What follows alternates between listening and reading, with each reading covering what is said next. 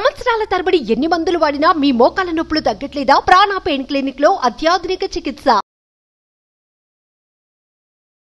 నమస్కారం అండి, డాక్టర్ శ్రీ ఆచార్య అనంతకృష్ణ స్వామి గారు. నమస్కారం సార్, క్లాసెస్ ఎప్పుడు స్టార్ట్ అవబోతున్నాయి? ఏ ఏరియాస్ లో నిర్వహించబోతున్నారు? చాలా మంది ఆడవాళ్ళు క్లాసెస్ అటెండ్ అవ్వాలి అనుకునే వాళ్ళు అడుగుతూ ఉన్నారు. ఒకసారి డీటెయిల్స్.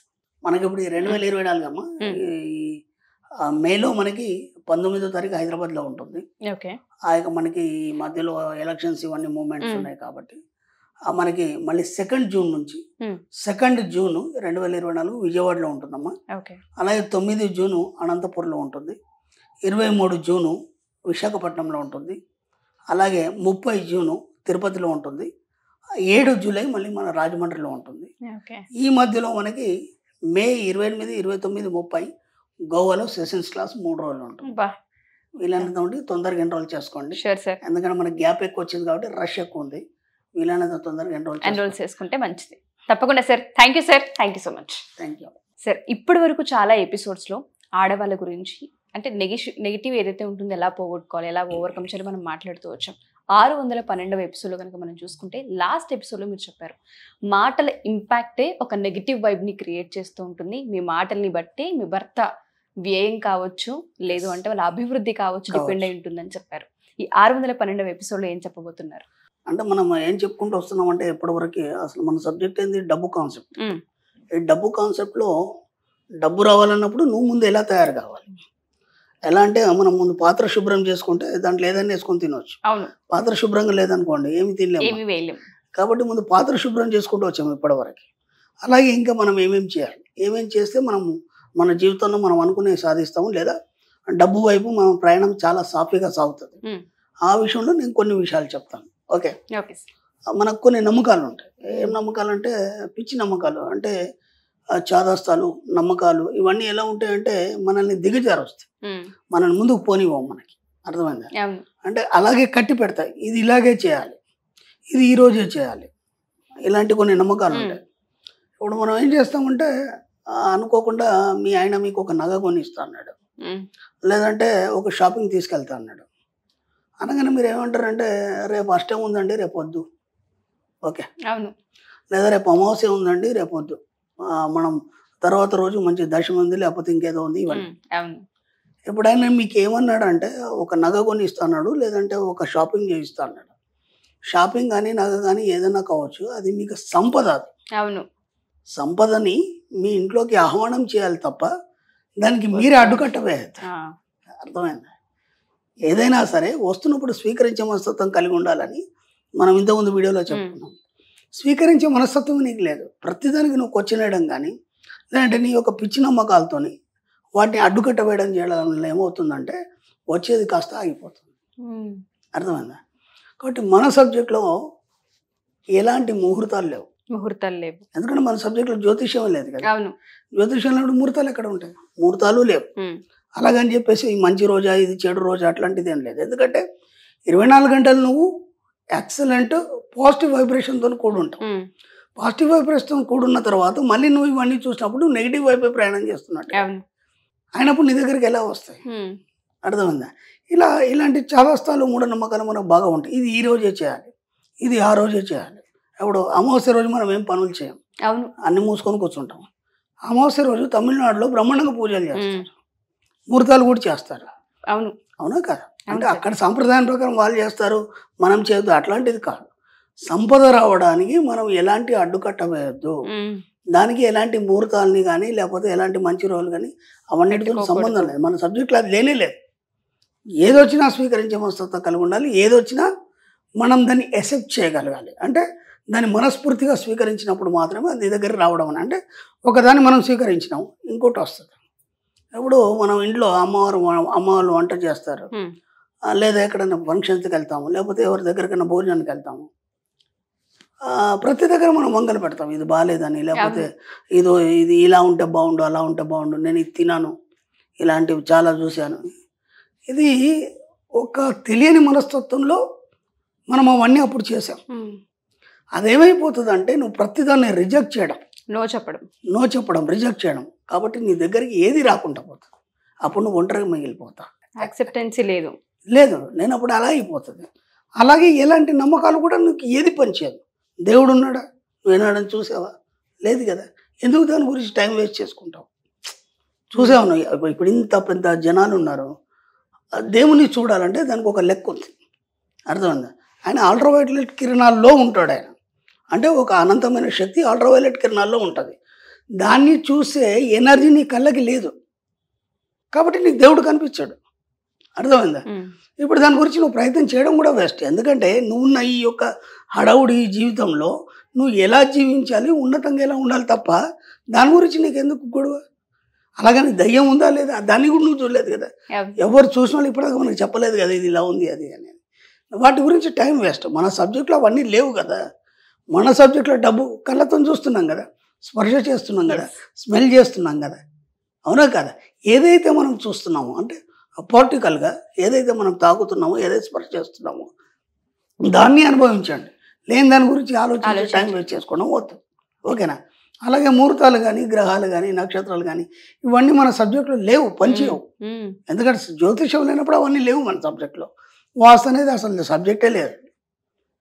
ఇక్కడ ఏమవుతుందంటే మనకు ఒక నమ్మకాలు మనల్ని పట్టి పీడించి ఇప్పటి వరకు వాటితోని బందీ అయిపోయి మన ఉనికిని మనం కోల్పోయి వాస్తవాన్ని తెలుసుకోలేకపోతున్నాం. ఒక 2 ఎగ్జాంపుల్ చెప్తాను. మగవాళ్ళు ఎప్పుడైనా ఏడవంగా చూసారా మీరు? సామాన్యంగా మగవాళ్ళు ఏడవరని తెలుసు, అవునా కాదు? ఎందుకు ఏడవరు? వాళ్ళు కూడా ఏడుస్తారు. కానీ మన నమ్మకం ఏంటంటే మగవాళ్ళు ఏడవరు, అర్థమైందా? ఆడవాళ్ళు చెట్లు ఎక్కగలరా? ఎక్కరు కదా. ఎందుకు ఎక్కరు? పెద్ద పెద్ద కొండలు ఎవరెస్ట్లో ఎక్కుతున్నారు కదా, చెట్టు ఎక్కడం పెద్ద సమస్యన. అంటే ఆ నమ్మకాలు మనకు బలపడిపోయినాయి. ఏమని? ఆడవాళ్ళు చెట్లు ఎక్కరు, మగవాళ్ళు ఏడవరు, అర్థమైందా? అది ఏమైపోయిందంటే మన సబ్కాన్షియస్ మైండ్ని పట్టుకొని ఉంది. అలాగే పేదవాడు ధనవంతుడు కాలేడు అనేది కూడా మన సబ్కాన్షియస్ మైండ్ పట్టుకొని కూర్చోండి, అర్థమైందా?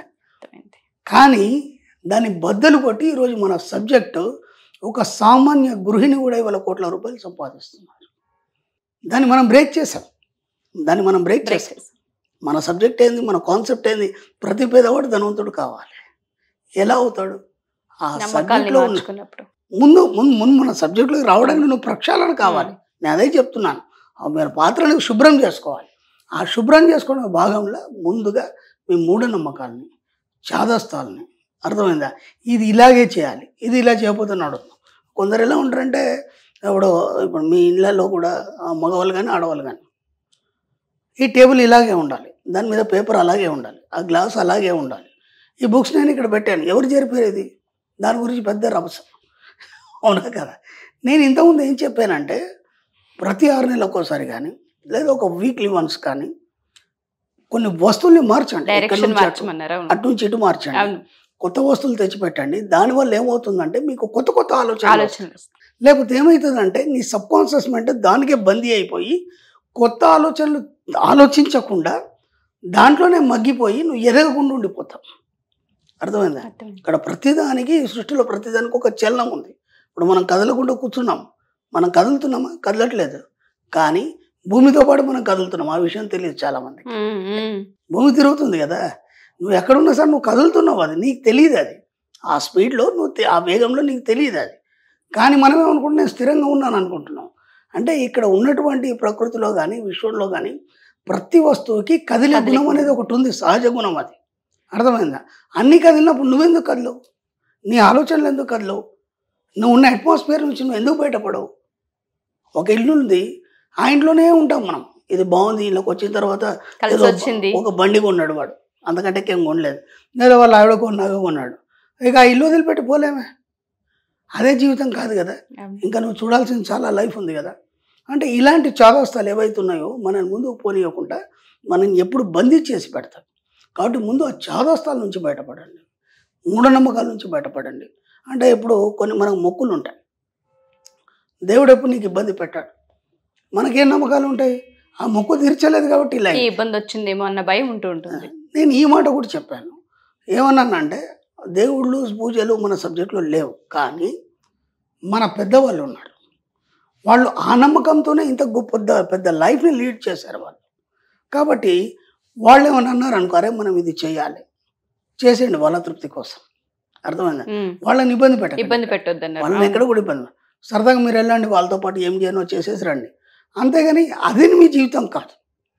అది మీ జీవితం కాదు. మీ జీవితం వేరు, అది వేరు. దేన్నైనా మీరు ఎలా చూస్తారంటే మీ లైఫ్ వేరు, బాహ్య ప్రపంచం వేరు. దానికి దీనికి భిన్నంగా ఉండండి, మ్యాక్సిమం భిన్నంగా ఉండండి. అంటే మీ అంతర్లీనంగా ఉన్నటువంటి ఒక అద్భుతమైన కాంతిని, అద్భుతమైనటువంటి ఒక తేజస్సుని మీరు గుర్తించినప్పుడు ఏమవుతుందంటే ఇవన్నీ మనకు చాలా చిన్నగా కనిపిస్తాయి. అప్పుడు మన యొక్క అంతరంగంలో మనం నిరంతరం ఒక ఉన్నత స్థితిలో ఉండడం వల్ల మీకు కావాల్సినవన్నీ పొందడం జరుగుతుంది. ఇప్పుడు ఏమవుతుంది, అక్కడ మీకు ఎలాంటి చాదస్తాలు ఉండవు, ఎలాంటి నమ్మకాలు ఉండదు. ఒక దేవుడు కావచ్చు, ఇంకా దేవత కావచ్చు, పూజలు కావచ్చు, అవన్నీ కూడా మీ నుంచి దూరంగా ఉంటాయి. దాన్ని కలుపుకున్నారనుకోండి, దాంతో మీరు మిళితం అయిపోతారు. అప్పుడు మీరేమీ సాధించలేరు. కాబట్టి బాగా గుర్తుంచుకోండి, పిల్లల విషయంలో కానీ, భర్త విషయంలో కానీ, ఇంట్లో ఫ్యామిలీ విషయంలో కానీ ఎవరికి ఏది చెప్పకండి. ఎవరి స్వేచ్ఛకు వాళ్ళని వదిలేయండి. ఓకేనా? ఎందుకంటే అందరికీ బరువులు బాధ్యతలు తెలుసు. అర్థమైంది? మీరు అనవసరంగా రుద్దకండి. ఇది ఇలాగే ఉండాలి, నువ్వు ఇలాగే చేయాలి. ఇంతకుముందు కూడా చెప్పాను నేను, పిల్లలకి ఎలాంటి జాగ్రత్తలు చెప్పకండి అని. అర్థమైంది? వాళ్ళని ఒక ఫ్రెండ్లీగా చూడండి. ఒక ఫ్రెండ్తో మీరు ఎలా ఉంటారు అలాగే చూడండి. ఓకేనా? ఎందుకంటే ఈరోజు మనకంటే ఎక్కువ నాలెడ్జ్ పిల్లలకు ఉంది. ఎందుకంటే ఆ యూట్యూబ్లు అని అవని ఇవని చెప్పేసి మీకు ప్రతి సంవత్సరం దాంట్లో దొరుకుతుంది. కాబట్టి మనకు లేదు అంత నాలెడ్జ్, మనం మించిపోయినారు పిల్లలు. కాబట్టి వాళ్ళ స్వేచ్ఛకు వాళ్ళని వదిలేయండి. ఎలాంటి చాదస్తాలు నమ్మకాలు వాళ్ళ మీద రుద్దకండి, మీరు నమ్మకండి. తప్పకుండా సార్. మీరు ఇందాక చెప్పినట్టుగానే నాకు ఒకటి బాగా నచ్చింది ఏంటంటే, కొన్ని నమ్మకాలతో బతికేస్తూ ఉంటాం. ఈ ఇంటికి వచ్చిన తర్వాత ఒక చిన్న బైకో లేదంటే ఏదైనా గోల్డో సంపాదిస్తాం, ఇంకా అక్కడితో ఆగిపోతాం. ముందుకు వెళ్ళడానికి మనసు కానీ మా ఆలోచనలు కానీ సహకరించవు. అది ఎప్పుడైతే మారుతూ ఉంటుంటుందో జీవితం చాలా ఉందని అర్థమవుతూ ఉంటుంది. విచిత్రం ఏంటంటే ఆ ఇంటి ఓనర్ వెళ్ళిపోమన్న భయమే. ఎందుకంటే పెద్దలు చూసుకోవడం వల్ల రెంట్ ఎక్కువ కావాలి. అవునవును, అవునా? ఆ భయం కూడా ఉంటుంది. ఆ భయం ఒకటి. ఏదైనా సరే దాంట్లోనే జీవితం మొత్తం, దాంట్లోనే పెళ్లి చేయాలి, దాంట్లోనే పిల్లాడు పెళ్లి చేయాలి, దాంట్లోనే బారసాలు చేయాలి, అన్ని దాంట్లోనేనా? అంటే నీకంటూ ఒక కొత్త ఇల్లు కట్టుకోవడం కానీ, లేదంటే ఇంతకంటే ఉన్నతమైన ఇల్లు మారడం కానీ, నీ ఆలోచన విధానం పెరిగితే కదా దానికి తగ్గ సోర్స్ వస్తుంది. ట్రూ, దానికి తగ్గ సోర్స్ వస్తుంది. నువ్వు ఇలాగే ఉంటే ఇంతే ఉంటుంది. నేను ఇంతకుముందు కూడా చెప్పాను, నీ యావరేజ్ని నువ్వు పెంచుకోనంత మట్టుకి నువ్వు అదే శాలరీలో ఉంటావు. ఇప్పుడు నెలకు నువ్వు 30,000 వస్తుంది, ఆ 30,000లోనే సర్దుకోవాలనే మనస్తత్వం ద్వారా నువ్వు అంతకు మించి నువ్వు పోలేవు. సర్దుకుపోవడమే సరిపోతుంది. నేను నెలకు 50,000 ఖర్చు పెడతాను అని చెప్పండి, ₹1,00,000 ఇన్కమ్ సోర్స్ వస్తుంది. మీకు ఎలా వస్తుంది నాకు తెలియదు. ఎందుకంటే ఎంతోమందికి వచ్చింది కదా. అంటే నీకు ఆ బ్రాడ్ మైండ్ కలిగినంత మట్టుకి నీ దగ్గరికి రాదు. Wonderful sir. Thank you sir. Thank you so much. Thank you అమ్మా.